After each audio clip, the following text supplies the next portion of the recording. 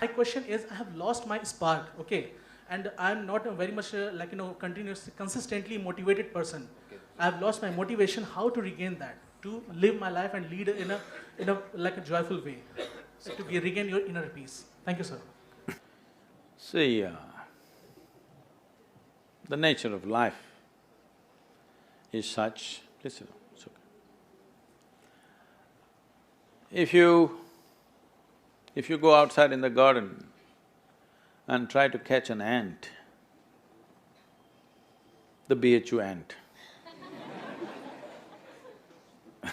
who is born here, who's grown up here and probably he'll die here, that BHU ant, if you try to catch him, he'll say, okay, to hell with my life, okay, crush me if you want.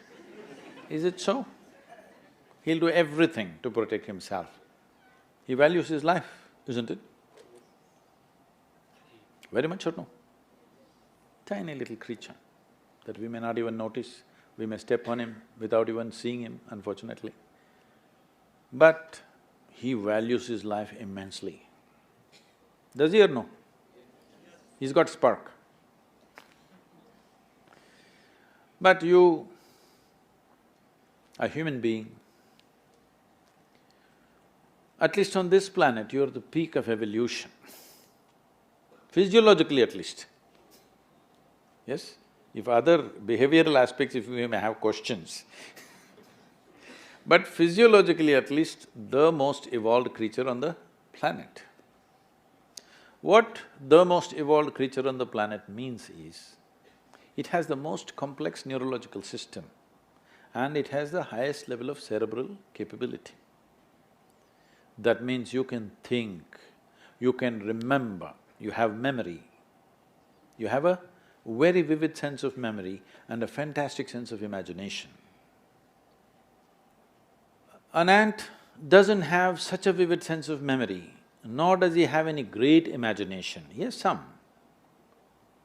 But he has a presence of mind about the life that he is living. Because the education systems that you're going through right from kindergarten level is such that it is about everything except you. It's about everything else.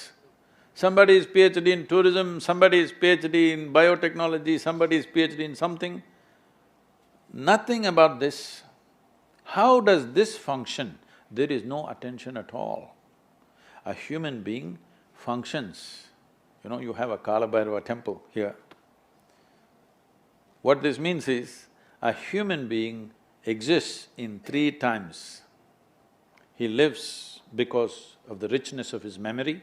How rich is your memory determines what you will do and what you will not do right now, isn't it so? So memory is important, the present experience is important, and how vivid is your imagination for tomorrow is very important.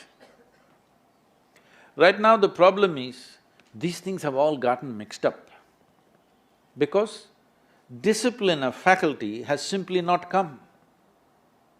Nothing has been taught to our children that there needs to be… Discipline means people think English kind of discipline, walking like this like idiots. Discipline of faculty is not there. Because of this, your own mind turns against you. What happened 10 years ago, you still suffer? Hello? What may happen day after tomorrow, you already suffer? Because there's no discipline of faculty. You don't know how to use your memory, you don't know how to use your imagination. Your memory makes you suffer, your imagination makes you suffer, and you think you're suffering your life. You are not suffering your life, you're only suffering the 2 greatest faculties of being human, vivid sense of memory and a fantastic sense of imagination, isn't it so? If you suffer the greatest faculties that you have, what can we do with you? Every day struggling with their own stuff, and it doesn't get solved before they're 20 or something. Till their last day on their deathbed, they're still struggling with the same things, their thoughts and their emotions. If they learn to sort this out very early in their life, I'm sure they can work half the number of hours that they're working and be a lot more productive than the way they are right now. My effort is to bring this possibility to people's lives, that you can live life with ease, not with struggle. One thing is, when we say work, it's many young people, wonderful people who are getting recognized for whatever wonderful things they have done, leaving them apart, but generally work means always been… people have been taught that they must work hard. Nobody told them they must work joyfully. Nobody told them their work should be an expression of their joy or their love. They have to work hard. If you work hard, life will be tedious. How else will it be? You will do something hard only because you don't know how to do it. If you know how to do it, you would do it with ease. So without learning how to do something, if you try to do it, without investing enough time in perception, if life is all expression, then life becomes a big struggle. Most people are not doing anything except earning a living, maybe reproducing and dying one day.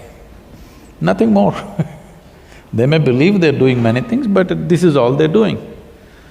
Eating, sleeping, reproducing, dying one day. That is such a big fuss. Every other creature is able to do this, from an earthworm to an insect to anything and anything. Everybody is doing this. They all earn their own living, they eat, they sleep, they reproduce and they die. With 1/1,000,000th of our brain, they're able to do it. With this big brain, human beings are struggling not with the things that they're doing, they're struggling with the brain itself. Their own intelligence has become a serious problem. What is the biggest boon in our life? What is the greatest benefaction in our life? Which is our intelligence. This has become a problem because they don't know how to hold it, they don't know how to use it, constantly it works against themselves. When I say it works against you, people may call all kinds of names, may use all kinds of words to describe this. They may call it stress, they may call it tension, they may call it misery, they may call it depression, they may call it anxiety, they may call it madness. Essentially, it's your intelligence turned against you. Your intelligence is not working for you, it's working against you. So my fundamental work is this, that at least your body and your mind should work for you. Nobody else may work for you, it doesn't matter. At least your body and your intelligence must work for you. If this one thing happens, you living blissfully, gracefully, effectively is a natural consequence.